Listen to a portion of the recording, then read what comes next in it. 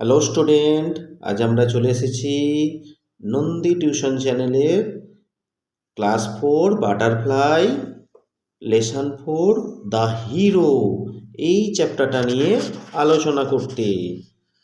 প্রথমেই আমরা রিডিং পোর্শনটা টোটালটাই আলোচনা করব। প্রথমে আমরা রিডিং পোর্শনটা পড়ব।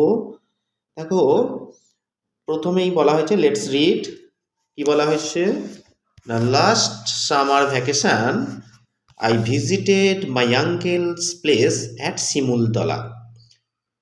মানে গত গ্রীষ্মের ছুটিতে আমি কোথায় গিয়েছিলাম না, আমি গিয়েছিলাম মাই আঙ্কেলস প্লেস, কাকার বাড়ি বা কাকার যে বাসস্থানের জায়গা, অ্যাট শিমুলতলার। I was bored during the afternoons. আমি খুব বিরক্ত অনুভব করেছিলাম কোন সময় না, বিকেলবেলা। During the afternoon, every afternoon, প্রতিদিন বিকেলে মাই ফ্রেন্ডস, আমার বন্ধুরা, প্লেড ফুটবল আর ক্রিকেট, ফুটবল অথবা ক্রিকেট খেলতো।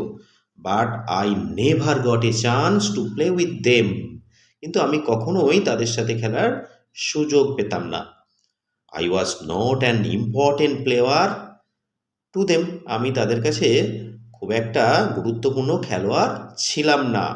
So I felt myself to be as insignificant as an ant. সুতরাং আমি নিজেকেই পিঁপড়ের মতন গুরুত্বহীন বলে মনে করতাম। ওয়ান ডে এ মিরাকেল হ্যাপেন্ড, একদিন একটি বিস্ময়কর ঘটনা ঘটেছিল। কি সেই বিস্ময়কর ঘটনা?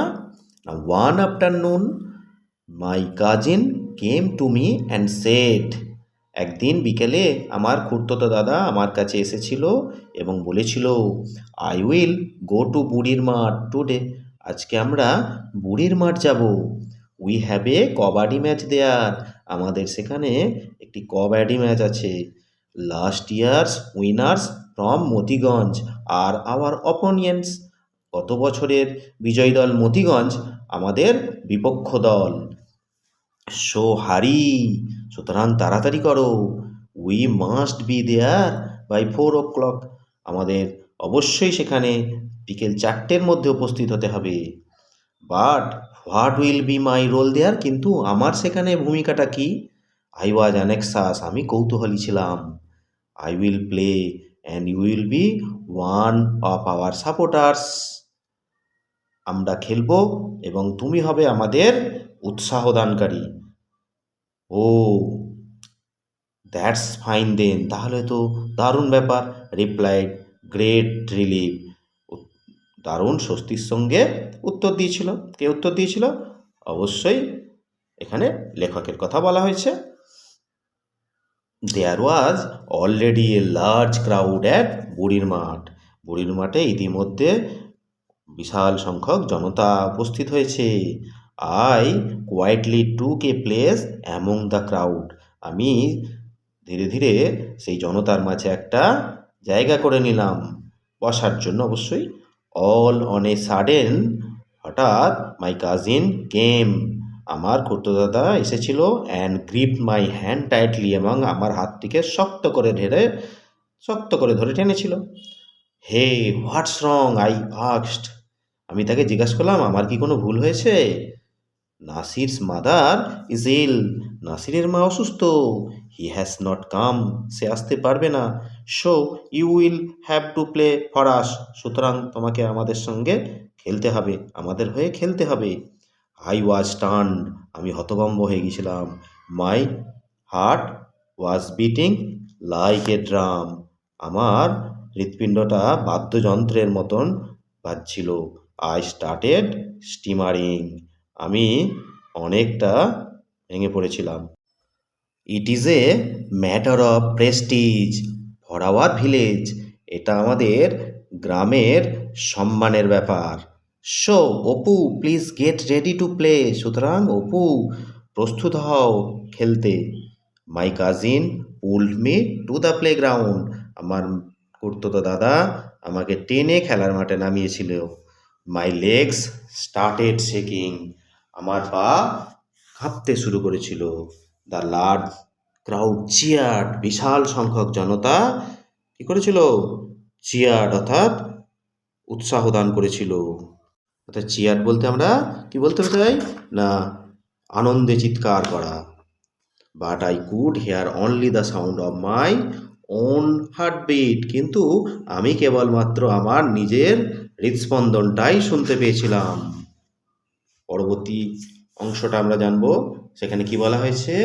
For the first few round we were very much on a high. প্রথম কয়েক রাউন্ড আমরা খুব ভালো জায়গায় ছিলাম। উই ক্ল্যাপ, আমরা হাততালি দিয়েছিলাম। উই শাউটেড, আমরা চিৎকার করেছিলাম।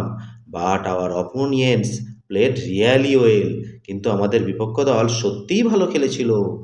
One by one our players were caught, একের পর এক আমাদের খেলোয়াড়রা ধরা পড়ে গিয়েছিল।